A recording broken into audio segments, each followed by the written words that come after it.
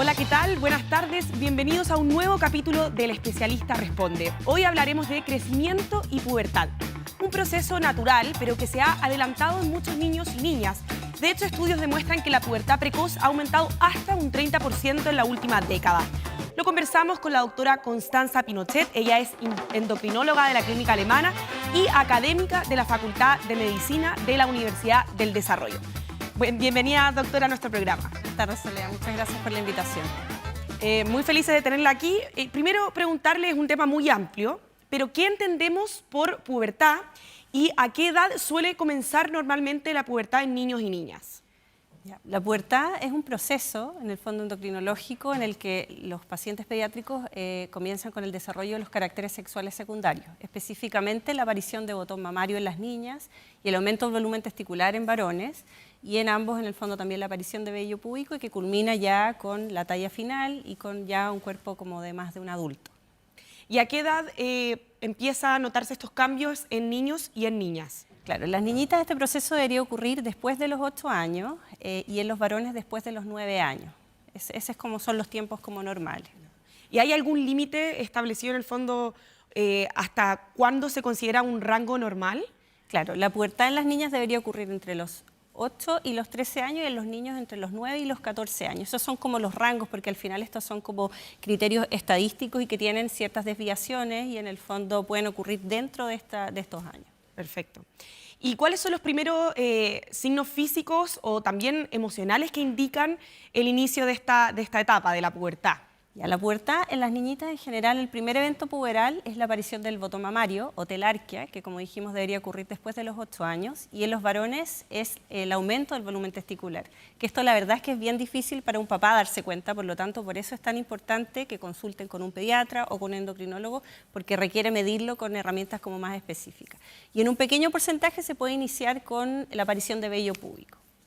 La aparición de vello púbico también, eso en el gran porcentaje ocurre de forma posterior a que se desarrolle, por ejemplo, el botón mamario y también el aumento de los testículos. En general, yo te diría que en el 90%, claro, ocurre con el botón mamario y el aumento del volumen testicular, pero hay un 10 a un 15% que pueden partir incluso con vello púbico, pero la regla es que el vello púbico es un poquitito después. ¿Y cuál es la recomendación? ¿Cada cuánto los niños tienen que ir a una visita con un endocrinólogo para monitorear este proceso? Mira, la verdad es que en estricto rigor el control anual debería ser con el pediatra del niño, ¿verdad? Y que ojalá fuera quien hiciera el filtro de si las cosas están ocurriendo normalmente y de si hay algo que se esté como adelantando. En estricto rigor ese debería ser como el conducto regular, a menos que el padre note en el fondo que esto ocurre muy precozmente o algo que sea muy llamativo. Pero si uno tuviera que dar una recomendación general para los niños, lo ideal es que este filtro lo hiciera el pediatra con el control anual, que eso nos va a permitir tener en el fondo una visión más, digamos, frecuente en el tiempo. ¿Y qué se considera una pubertad precoz? En el fondo la pubertad precoz, como dijimos, en las niñitas es la aparición de este botón mamario antes de los 8 años y en los varones en el fondo el aumento del volumen testicular antes de los 9 años, ¿ya? Hay algunos rangos intermedios en que hablamos de pubertad temprana cuando esto no es precoz, pero sí ocurre un poco antes, como en las niñitas entre los 8 y los 9 y en los varones entre los 9 y los 10, porque también uno quisiera que no fuera tan en el límite, digamos, porque si no también eso puede traer ciertas consecuencias. ¿Y hay algún tratamiento para evitar que un niño, si ya hay como síntomas de alerta en el fondo, para evitar que se desarrolle esta pubertad precoz? Claro, lo más importante entonces es que el pediatra hiciera el filtro, pero si ya se establece el diagnóstico, nosotros obviamente antes de pensar en tratamiento hay que hacer una serie de estudios. Entre eso en general pedimos la radiografía de Carpo, donde vemos la edad ósea del paciente, que los pacientes con pubertad precoz tienden a estar como más adelantados, o sea, es como que su edad biológica fuera más rápido que su edad cronológica. Y además una serie de estudios de sangre en el fondo y obviamente mientras el paciente tiene una pubertad precoz que se produce más precozmente hay que hacer más estudios y buscar por qué esto se está produciendo porque esto nos puede dar cuenta de otras patologías que pueden ser como más graves. Entonces, así como es importante en el fondo el tratamiento, también es muy importante completar el estudio y muchas veces buscar la causa. Y en términos del tratamiento, existen hoy día tratamientos para un poco detener transitoriamente esta pubertad y que permiten en el fondo que el niño finalmente tenga una pubertad que se produzca en la edad adecuada, cuando esté emocionalmente listo y que además También el tratamiento tiene el objetivo de evitar que esta edad ósea avance mucho y por lo tanto que ese paciente logre su potencial de crecimiento, porque como estos niños tienden a tener la edad ósea en el fondo avanzada, muchas veces se ven muy altos, pero finalmente su talla final tiende a ser más baja porque terminan de crecer antes. Quiero que pasemos a revisar una lámina que preparamos justamente sobre los síntomas, los signos de alerta con respecto a la pubertad precoz, para que los padres, las madres también estén al tanto, alerta, porque sabemos que es un tema que también los puede preocupar mucho. Crecimiento de los senos y primer periodo menstrual en las niñas, agrandamiento de los testículos y el pene, vello facial y voz más grave en los niños, vello púbico o en las axilas, crecimiento acelerado, acné, olor corporal de adulto. ¿Hay alguna recomendación para los padres de quizás como por cuánto tiempo se tienen que observar estos síntomas hasta que yo acudo al especialista? ¿O qué tiene que hacer un padre en esa situación? Claro. Mira, ojalá, bueno, obviamente llegar mucho antes del primer periodo menstrual, porque por supuesto una niña muy pequeña con un periodo menstrual ya es como que el proceso está culminando, o sea, en ese caso llegamos un poco tarde. Lo ideal es que las niñitas, como hablamos, si es que este voto mamario se produce antes de los 8 años, consulten en el fondo en forma un poco más precoz para poder tener tiempo de hacer los exámenes y de intervenir de manera oportuna, porque muchas veces cuando estos pacientes efectivamente ya consultan las niñitas cuando ya está culminando el proceso, estamos un poco tarde en términos del tratamiento y los resultados no van a ser tan buenos como uno quisiera y obviamente si lo hacemos en forma más oportuna los resultados van a ser mucho mejores. Y con respecto a los varones, en el fondo, ahí es bien importante estar como más atento, porque yo te diría que es un poco más difícil darse cuenta en los niñitos que en las niñitas en el fondo, porque como el primer evento es el aumento del volumen testicular, es muy difícil que los papás se den cuenta. Entonces, claro, si en los hombres, por ejemplo, claro, viéramos que está con vello púbico sobre todo, o que su talla es muy discordante a su familia, o sea que son papás bajitos, pero es un niño que está muy alto, a veces eso ocurre que ese niño está alto porque tiene una edad ósea mucho más grande y se ve muy alto en un minuto, pero finalmente va a terminar de crecer antes, por lo tanto su talla final puede ser incluso menor de lo que le tocaría como por genética. ¿Y se ha visto en Chile un aumento de los casos de pubertad precoz? Claro, en general se sabe que en el último siglo ha habido como en el fondo la menarquia en las niñitas se ha adelantado esta primera regla, pero en particular durante el periodo de pandemia tuvimos un aumento exponencial de los casos. Todavía están saliendo estudios que tratan un poco de buscar cuáles fueron las causas, pero probablemente esto se asoció en el fondo a que fue un periodo de mucho estrés para los niños, psicológicamente estaban muy estresados. Además, en el fondo, muchos niños aumentaron en forma considerable de peso, que eso probablemente también tiene relación con esto. La exposición aumentó mucho, la exposición a pantallas en el fondo. Entonces, todos estos factores hicieron que tuviéramos un aumento exponencial de los casos. Y además ahí ocurrió que como los pacientes tenían temor de consultar, llegaron en forma muy tardía. Entonces, eso también hizo que llegáramos como muy tarde a muchos casos de pubertad precoz. Y cuando se llega tarde, ¿es realmente notoria la diferencia en cuanto a lo que se puede hacer? Si se llega tarde, ¿no hay alguna opción de tratamiento? Diría que siempre tenemos alternativas, pero obviamente si uno logra en el fondo, en forma oportuna, tratar una pubertad precoz, en el fondo vas a cuidar su talla final y muchos estudios han demostrado que se puede evitar que un niño pierda como entre 7 a 8 centímetros si uno realiza estos tratamientos en el fondo a tiempo. Finalmente ahí lo que estamos haciendo es evitar que este cartílago de crecimiento se cierre en forma precoz, por lo tanto nos va a dar tiempo para que el niño termine de crecer hasta la edad en el fondo en que le corresponde. Perfecto. ¿Y qué rol pueden tener los disruptores endocrinos como, por ejemplo, los plásticos, los cosméticos o también alimentos procesados en la pubertad precoz? Ya, mira, nosotros como recomendaciones generales, lo clásico es en las niñitas sobre todo recomendar que restrinjan el uso de la soya, si bien faltan estudios que acrediten o que determinen totalmente la causalidad. En el fondo nosotros igual le decimos que por favor restrinjan el consumo. Y lo mismo que restrinjan el consumo de productos que puedan contener manzanilla en el fondo o lavanda, esto en champús, en cremas, sobre todo a veces algunas mamás que pueden ponerle estos como aceites para dormir, para relajarlos con lavanda, tratar de evitar este tipo de producto.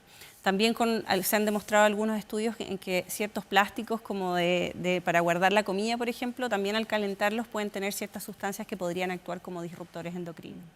¿Y qué rol juega en esta etapa tan fundamental del crecimiento un niño o niña el dormir bien, el alimentarse bien, el también estar en un entorno, ¿cierto?, adecuado emocionalmente? ¿Qué rol juegan esos factores? Son súper importantes, o sea, ahí en el fondo es muy importante que el niño esté, obviamente, tratar de que tenga una rutina, un orden en el fondo en términos de horas de dormir, tratar de evitar las situaciones estresantes para ese niño, mantener una alimentación saludable, mantenerlos realizando actividad deportiva en forma regular, porque de esa manera también cuidamos el peso, porque los niños con sobrepeso también tienden a tener más probabilidad de que se pudieran adelantar en su proceso de desarrollo.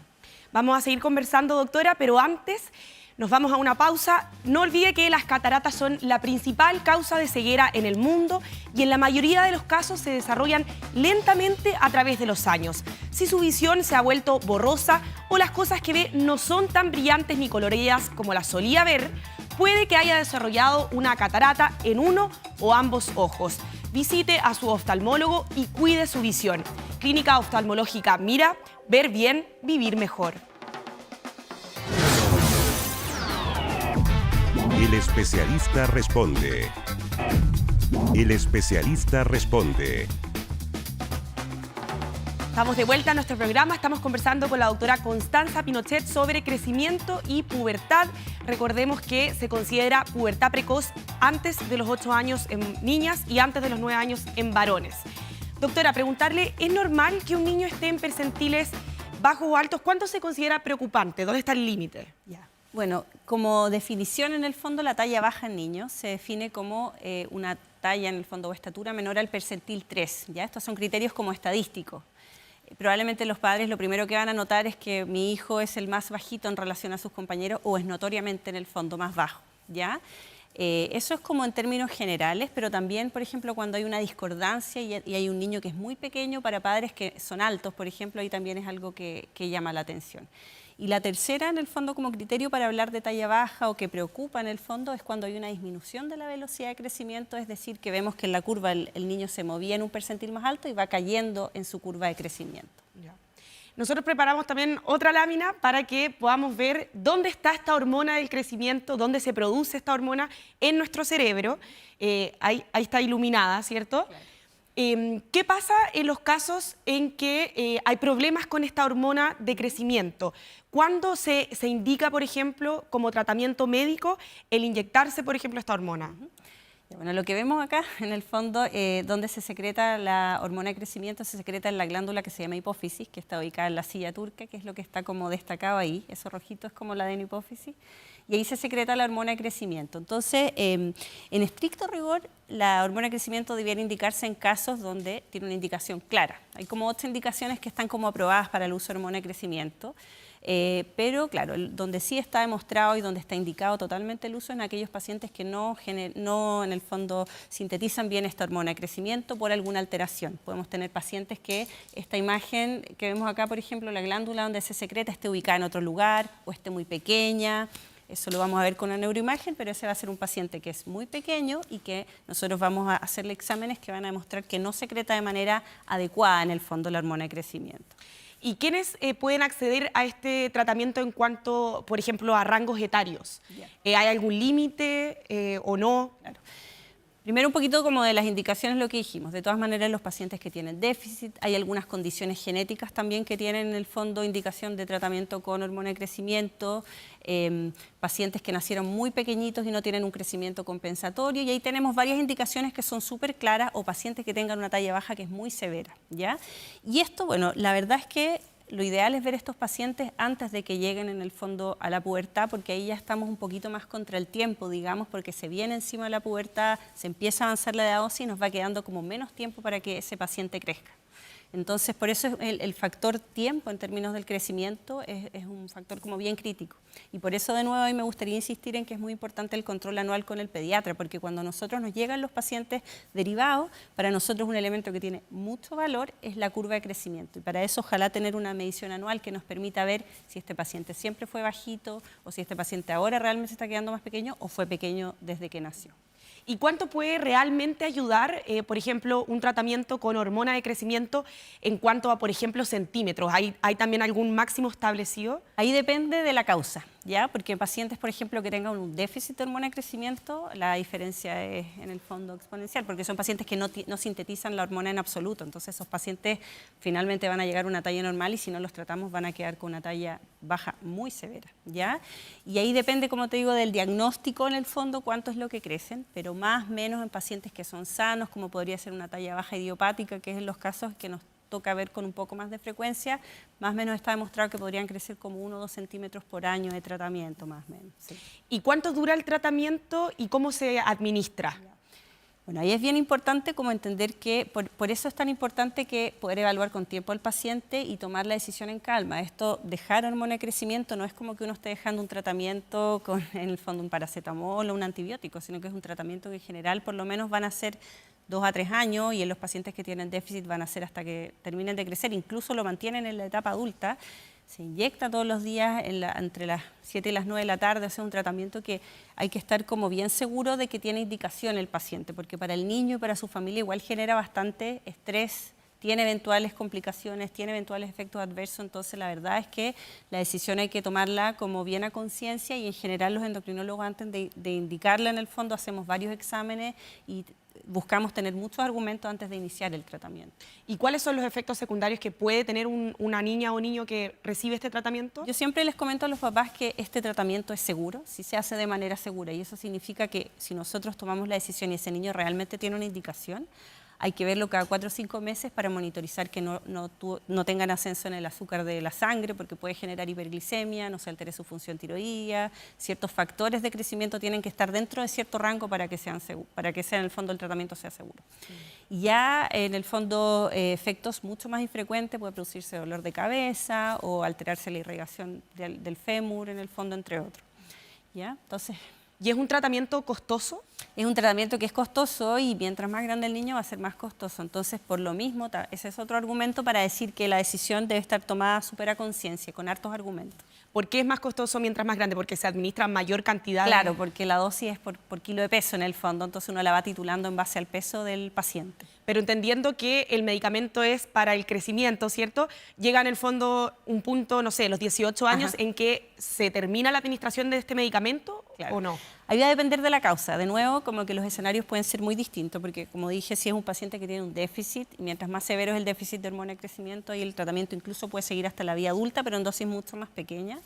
Pero en pacientes en general que se indica por otras causas, ahí lo que nos va a determinar cuándo hay que detener este tratamiento tiene que ver con la edad ósea, porque finalmente yo lo puedo continuar hasta que esté abierto este cartílago de crecimiento. Cuando ya el niño termina de crecer y el cartílago se cerró, ya no puedo seguir administrando la hormona.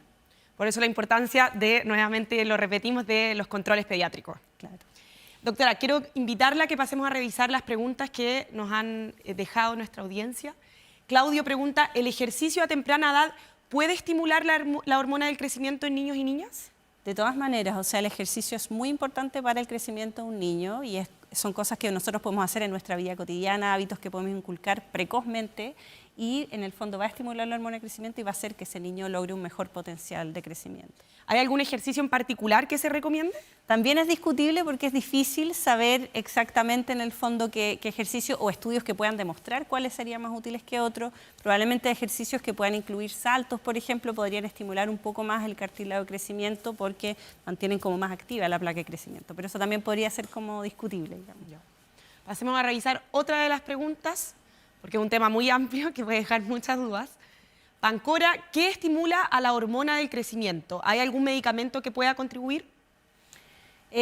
Más que medicamento, yo te diría que una de las cosas que les decimos siempre a los pacientes es que tengan un hábito del sueño que sea en el fondo ordenado. Por lo menos siempre les recomendamos a los papás que al menos los días de semana este niño duerma 9 a 10 horas al menos y que tenga como esta periodicidad de acostarse a cierta hora, que no los acuesten tarde porque la hormona tiene una secreción que va a ser como circadiana y va a tener este pic que es más como en la noche en el fondo, entonces por eso es tan importante el tema de los ritmos de sueño y el orden en la higiene del sueño. ¿Influye también la alimentación?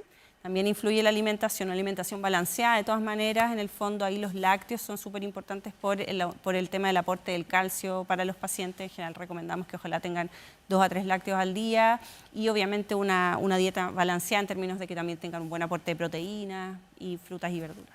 Perfecto. A tomar nota. También preguntan desde la audiencia, acerca de crecimiento y pubertad.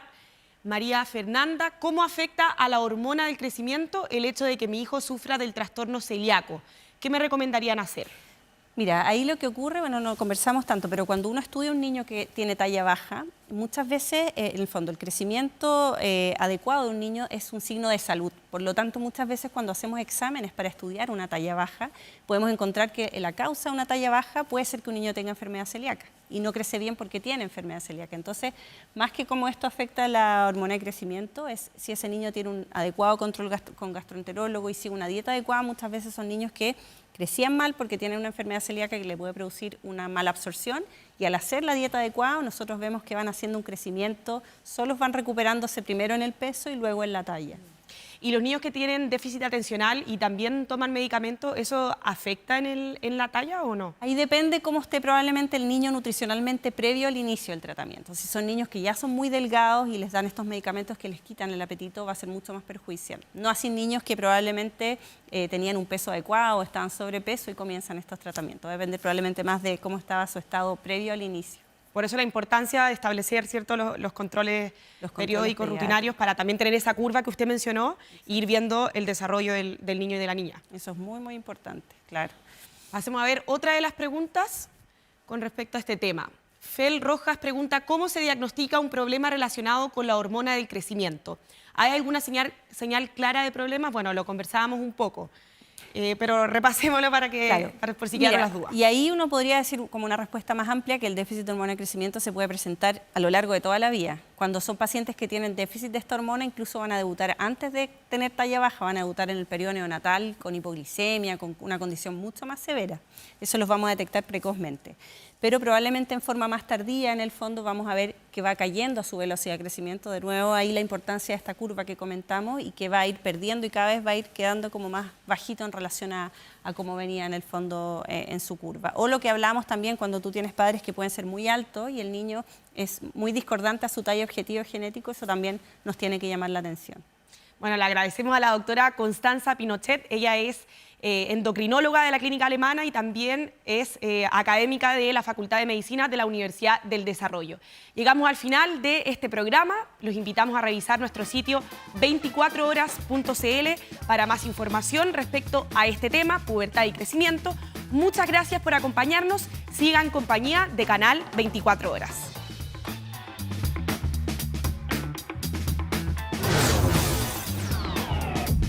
El especialista responde.